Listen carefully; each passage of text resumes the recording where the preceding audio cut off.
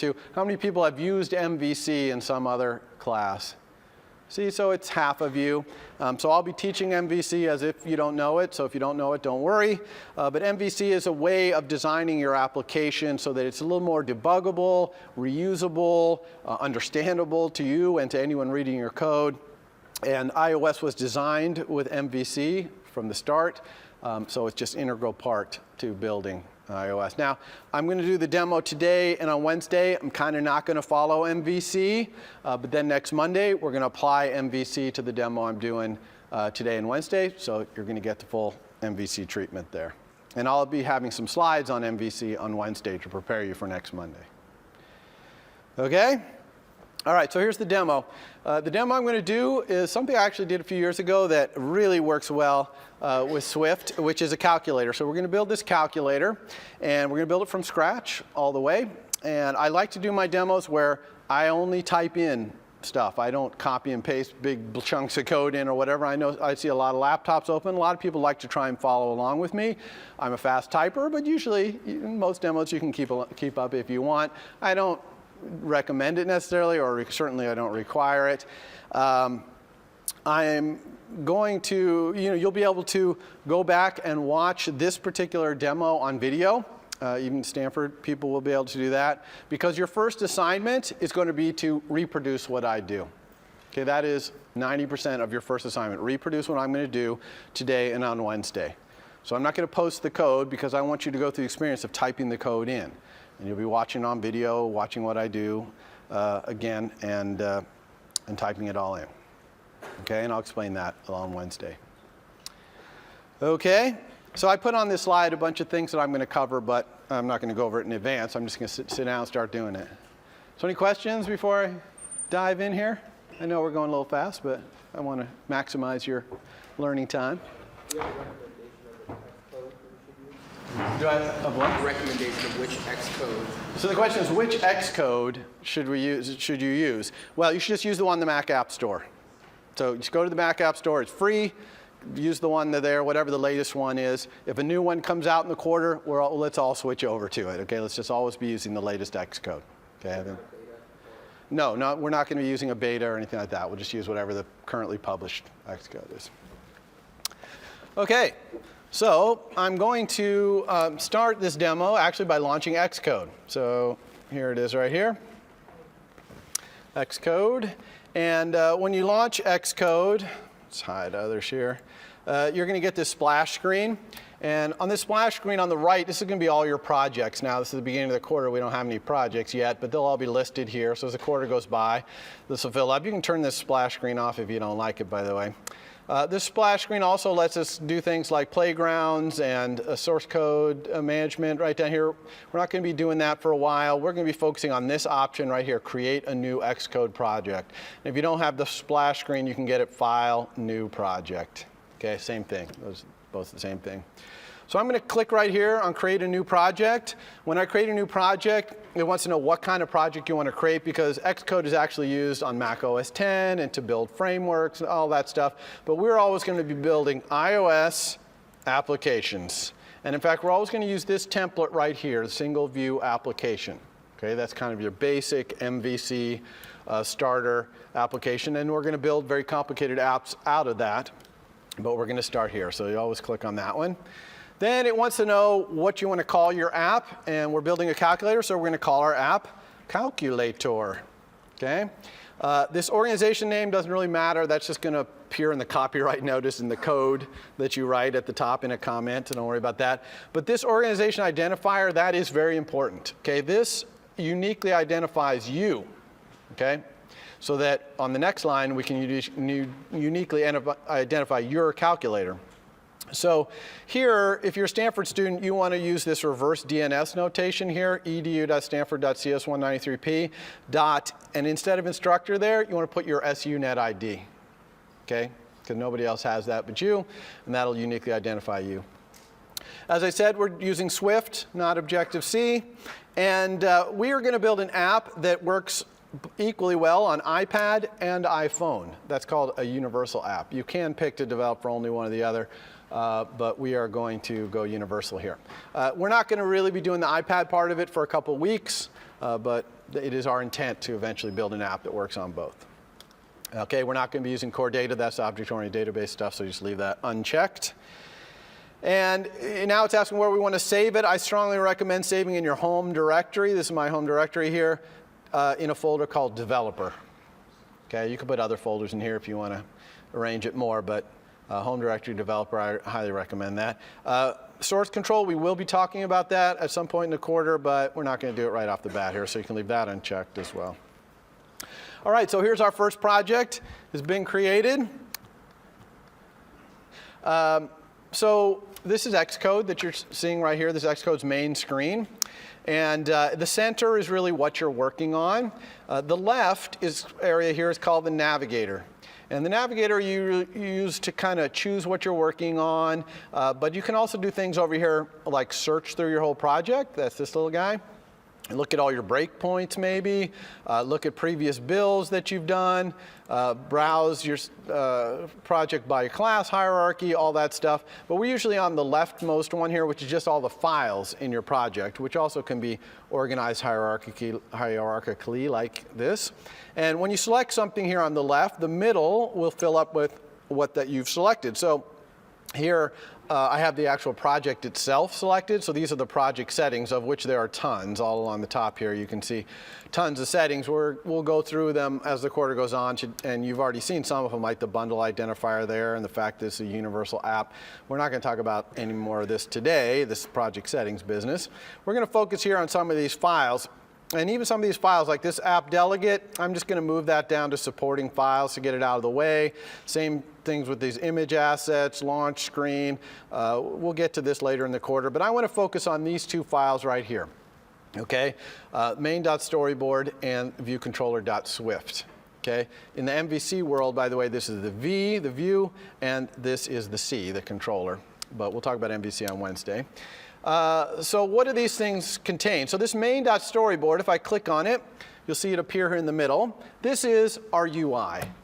Okay, this is our user interface. So for a calculator, this is going to be a little display that shows the number we're working on or whatever at the top, and lots of buttons down here, number buttons, times, times, divide, plus, minus, square root. That's all going to be here. So we're going to build this entire user interface purely graphically. Okay, we're not going to be writing code, put button at this location, none of that. Okay, we just literally with our mouse are going to build this whole user interface. So what's the code? What do we need any code for? Well, this viewcontroller.swift, this is a Swift file. This is your first look at Swift for most of you. This controller is going to control that user interface. That's why we call it the view controller or the controller. It controls the user interface. And that means it's going to do things that are specific to how this user interface, a calculator's user interface, works. So when we press the digit buttons, it's going to have to update the display. When we press times, it's going to have to do some multiplication and then put the result in the display. So it's controlling the display. Okay, so we'll get back to this code in a moment, but we're going to start by building our user interface. And by the way, your user interface, you can see I have a low resolution screen here, so my UI doesn't even really fit in the space here. You'll probably have maybe a little higher resolution screen than I do. But if you don't, you can zoom in and out. I'm just right-clicking. If you right-click on the background area here, you can zoom in and out. You can also do it by double-clicking. So if I double-click on this, it zooms it to normal. If I double-click on the background, it zooms out. So that way I can see my whole UI. Now when we build a complicated app, we're going to have a whole bunch of these little square areas. We call these scenes. And a scene represents kind of a phone screen full of information. Okay? And as you've used many iOS applications, you know that you transition from one screen to another as the user goes through the app. And that's how you're going to build your apps as well. And this storyboard is eventually going to have a big map showing all the transitions between all those scenes. Okay, so this storyboard is going to get big for big apps. You're going to get to see your whole application, which is kind of cool.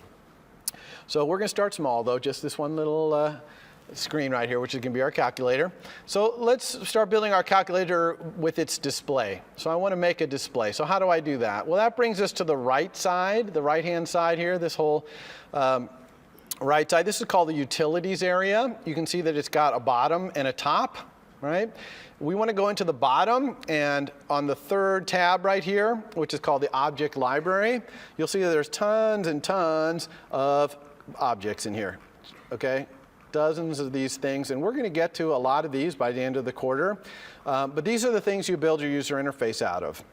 So kind of towards the top, not all the way at the top, but towards the top, you'll start seeing things like buttons and text fields and things like that. Well, this is what we need, obviously, to build our display here, is some sort of text field. And there's a couple of them here. This one called label is static text, you see?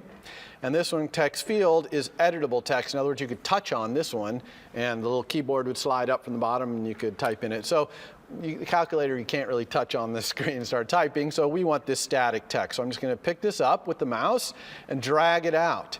Now, when I drag it out into my UI, you're going to see a lot of little blue dashed lines appearing. You see these?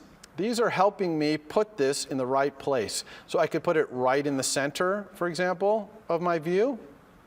I could put it up in a corner up here, which is what I'm going to do. Okay? You always want your things that you put in your UI, as much as humanly possible, to be on one of these dashed blue lines. And you'll understand why in a couple weeks when we start talking about auto layout. I'm going to do a little auto layout right here just to kind of give you a feel for it. But those dashed blue lines are going to be your best friend when it comes to building your user interface, and you'll quickly see why that is. Once you drag something out like this, these little things around it that show it's selected, right? They also are little resize handles, so you can grab them and resize them. When you resize, it also puts those dashed blue lines out there, okay? So you definitely want to, even when you're resizing, get those things lining up. You can also manipulate it directly, just double click on it. Like a calculator probably doesn't want to come up. This is going to be the initial state of this. It doesn't want to come up saying label. It probably wants 0. Or something like that in its display. There's also things you want to set about this, though, or anything you drag in your UI, that you just can't direct manipulate. And that's what the top half of this utilities windows is for. Okay, so if you look at the top half here, there's a bunch of tabs across the top, including something like this, the size inspector for setting the size of this thing. And this tab right here, really important, this is the attributes inspector. And this is an object-oriented inspector. Depending on what you have selected, you'll have different user interface here in the top. And this lets you edit attributes about what's selected. So, for example, a calculator, the 0 doesn't really want to be on the left, right? Calculators, the numbers are on the right, and they kind of grow out from the right. And so we can easily fix that with this alignment thing right here. So I'm going to click this, and you see the 0 moves over to the right. And maybe I want a bigger font. You can see the font right here. I can click on this, pick different fonts. I'm going to just move it up to like 32 point. It's a nice big font. You can notice it kind of cuts off. I made it so big that it's too small, so I can always just resize this larger to make that fit. So this is how we build our user interface. It's very direct manipulation and very object-oriented, as you'll start to see when we have different kinds of objects.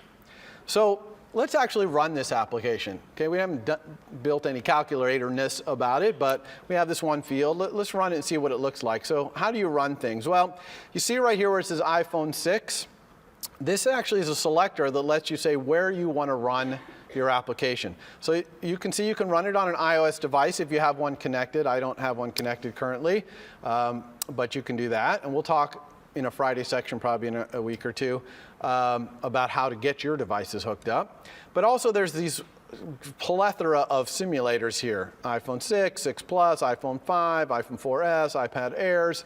And you can pick one of these to run on, and it'll actually simulate that device right here on your computer. So I'm going to run on the iPhone 6. Okay, I'm just going to hit play. See this play button right here? That's how you simulate, so play. Now it's launching a simulator. It's a separate process, and it's going to run our app in there, and there it is. Now, you might say, what, big white square? That's not so good. And the reason this is so big is because the iPhone 6 has a very high resolution display on it, okay, the Retina display, and it's way higher resolution than my computer. Okay, so I actually have to scroll around. See, there's the top of it. Scroll up and down to get to it all. Luckily, if you go to Window, I'm in this simulator now, the iOS simulator. If you go to Window and Scale, you can scale it down to be smaller, and then it'll fit. Okay, so if you have a low resolution screen, you're definitely going to want to use Window Scale. Command 3 right there is another way to do it. Okay, so here's our UI. but it doesn't look too good, okay? Because where's this? We put this 0 in there, and it just never showed up. What did we do wrong? Well, we didn't really do anything wrong, and that 0 is actually there. It's just here. Let me line up these UIs. This is not necessarily exactly the same scale, but it's approximately the same scale. You can see that the 0 is actually off screen, okay? So it's there, but you just can't see it because it's over here off the screen, okay? And that's a problem, but that's a problem we can fix. So let's go fix that problem. Why is that thing off screen? Well, look at this UI right here, okay? What shape is it? It's square. Okay? No iOS device is square. There's not a single square iOS device in the world. They're all, tall and thin, or if you turn them sideways, then they're long and short, or even like an iPad. The aspect ratio on an iPad is slightly different than an iPhone. So they're all slightly different, but none of them are square. So why do we design our UI in a square? Because the way you design iOS interfaces, you design them in this square, and you give everything inside the square rules called constraints about what happens to them when they get squished down, either squished down vertically, squished down horizontally, depending on what kind of device they're getting put on, okay? So you put these rules in there. So what does it look like to put these rules in? Well, again, it's all direct manipulation. So I'm going to give some rules to this label right here to make it so that it knows what to do when this square gets squished down in any direction for any device.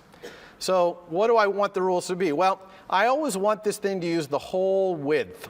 However much width I have, I want it all. So I'm going to pin this right edge to this edge. Okay, I'm going to make it so those always are pinned to each other. And I do that with the control key. I've turned on sticky keys, so you can see down in the lower left here, it's showing the modifier keys I'm using. So right now I'm holding down control. And I'm going to control drag from the right edge of this to the container it's in. See how it's showing me what I'm dragged to? So when I drag to this container, it puts a menu up and says, oh, okay, you want some rule between that label's right edge and this thing's edge. What do you want it to be? Well, I can do a lot of things here. I could center this label vertically in this container, up, vertical up and down. I definitely don't want that. I want my label at the top, so I don't want that. I could make it the equal width, so I could make this label the same width as the container. I don't want that either, because I want this little margin there, right? But look at the top one, trailing space to container margin.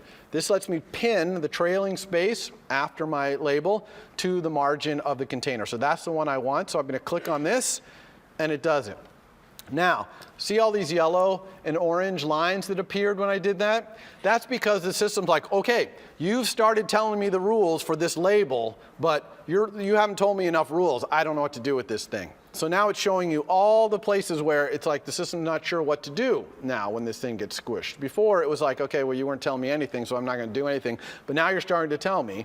So what do I do? So we have to fully specify both what happens horizontally and vertically to this thing. So we've only just started here. So let's pin this edge also, because we want this edge to stay on this side. So I'm going to hold down Control and drag. And now I'm going to pin the leading space to the container margin. Okay, boom, that did that. Still have orange going on here. That's because I haven't specified anything about the vertical position of this label. So I'm going to pin the top to the top. So hold Control again, drag up here, and this is now top space. Notice that it realizes where I am dragging to and from, right? So they can give me options that make sense, like top space to layout guide here. So I'm going to do that. So now I'm starting to get blue lines. You see these lines? I hope you can see that there. They're solid blue, not orange or red. Okay, that's because they're okay. We are okay horizontally here, but we still have a problem vertically. Now, I'm not sure exactly what the problem is vertically, because I really don't want the bottom of this. I just want it to hang out wherever it wants to hang out based on the size of my font or whatever. So I don't really want to specify anything here. So why is this orange, and how do I get rid of this? Well, anytime you have orange, when you're doing this layout stuff and you don't know what to do, you want to go down to this button right here.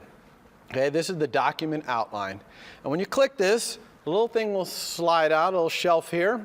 And this is an outline view of everything that's in your UI.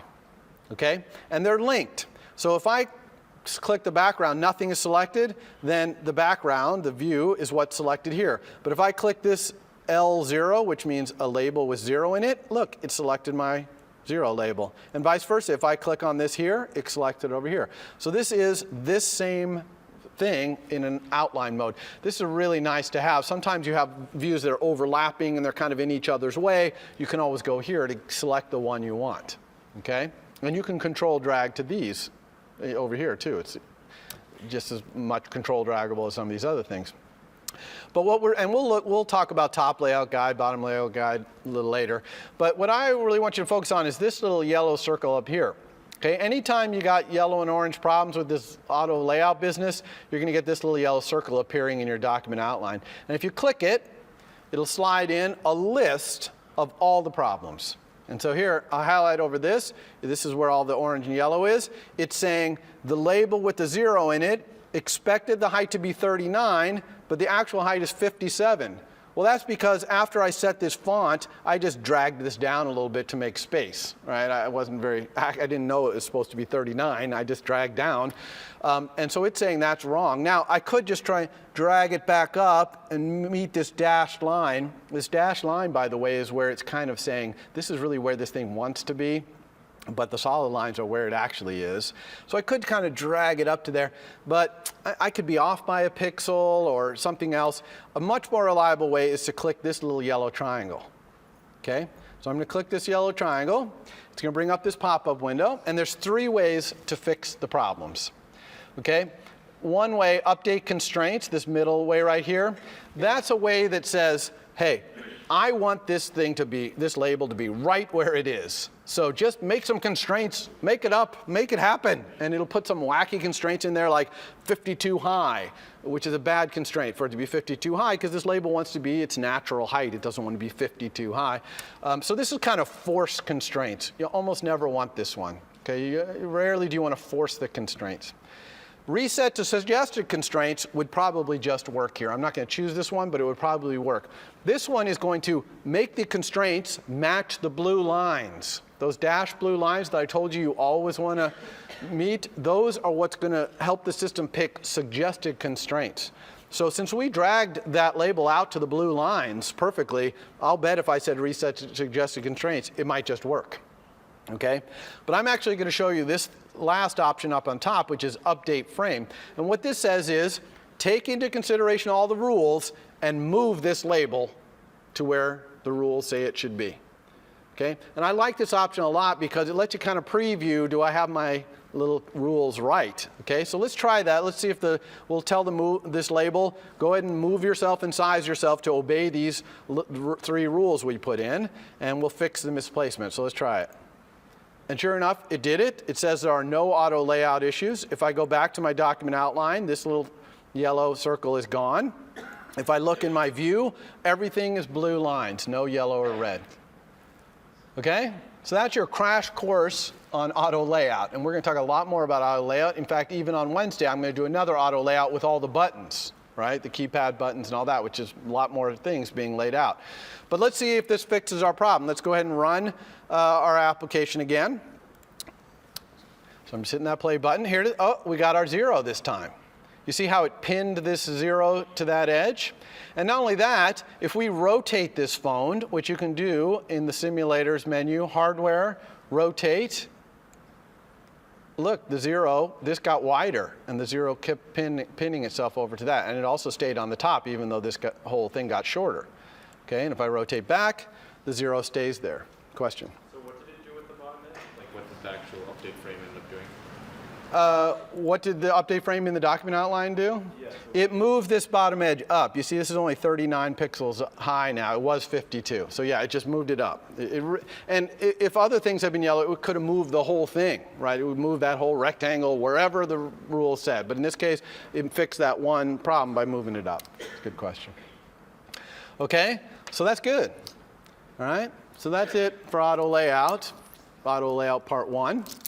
So now let's talk a little bit about connecting our user interface that we're building right here up to the code, because we want that code to be able to talk to the user interface. Otherwise, how are we going to have the number buttons make numbers appear up here in the display, or the times button give the result of the calculation up here. We got to be able to talk to this. So how do we do that? And the answer, first step, is we need to get both this Swift code, the controller, and this view on screen at the same time. Okay, because we're going to connect them, so we need them on screen at the same time. And there's a lot of ways to do that, but I'll do the simplest way right here, which is this little button called the Assistant Editor. All right, so I'm going to click that, and look, it put them both on screen at the same time, exactly what I wanted. Now, it's all a little crowded here. Even if I expand my view a little bit, it's like, it's all smashed in here. Luckily, the navigator and the utilities can also be hidden. See these buttons up here, these 3 buttons? This left one, if you click it, hides the navigator, and this right one, if you click it, hides utilities. Okay? So now we have both my UI, and over here we can still double click to zoom out.